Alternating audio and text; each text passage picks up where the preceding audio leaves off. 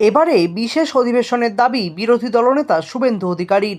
মমতার পাল্টা কোন ইস্যুতে চর্চা চান শুভেন্দু? মুর্শিদাবাদের সাম্প্রদায়িক হিংসা পূর্ব পরিকল্পিত এবং এটার পিছনে স্থানীয় একাধিক নেতার মদত ছিল। পুলিশের ভূমিকা নিয়েও উল্লেখ করা হয়েছে এই ফ্যাক্ট ফাইন্ডিং কমিটির রিপোর্ট। তাদের বক্তব্য, এলাকায় যখন এমন হিংসা ছড়িয়ে পড়েছিল, যখন দোকান বাড়ি ভাঙচুর চলছিল, তখন পুলিশ দর্শকের ভূমিকায় ছিল। একদিন আগেই বিশেষ অধিবেশন সংসদে ডাকার অনুরোধ করেছিলেন বাংলার মুখ্যমন্ত্রী মমতা বন্দ্যোপাধ্যায়। সেটা দেশের স্বার্থে। বিদেশ সফরে যে সর্বদলীয় প্রতিনিধি দল গিয়েছে, তারা দেশে ফিরলেই সংসদে বিশেষ অধিবেশন ডাকা হোক বলে আর্জি জানান বাংলার মুখ্যমন্ত্রী মমতা বন্দ্যোপাধ্যায়।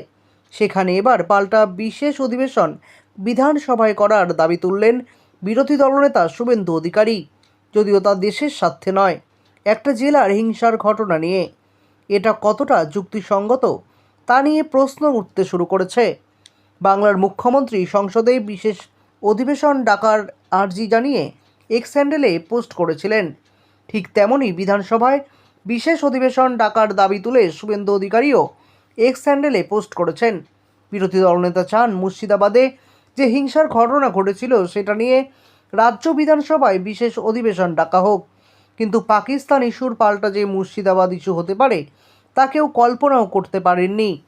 পাকিস্তানের মদতপুষ্ট জঙ্গিরা পহেলগাঁওয়ে এসে নির্মম হত্যালীলা চালিয়েছিল, যার প্রেক্ষিতেই অপারেশন সিঁদুর।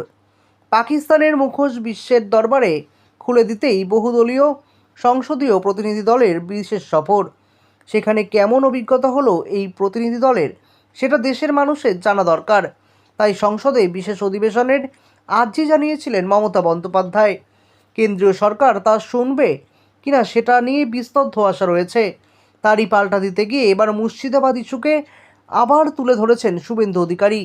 বিজেপির এই বিধায়ক চান মুর্শিদাবাদের হিংসার ঘটনা নিয়েও রাজ্যবাসীকে জানানো হোক বিশেষ অধিবেশন করে। শুভেন্দু তাই এক্স হ্যান্ডেলে লিখেছেন, রাজ্যের মানুষ এই প্রশ্নগুলোর উত্তর চায়। কেন অভিযোগ পাওয়ার পরও পুলিশ ব্যর্থ হলো? কেন শুধু হিন্দুদের বাড়িকেই নিশানা করা হলো? কেন তৃণমূলের লোকেরা এই পরিস্থিতি তৈরি করলো? এই দাবিও মানা হবে কিনা তা জানা যায়নি।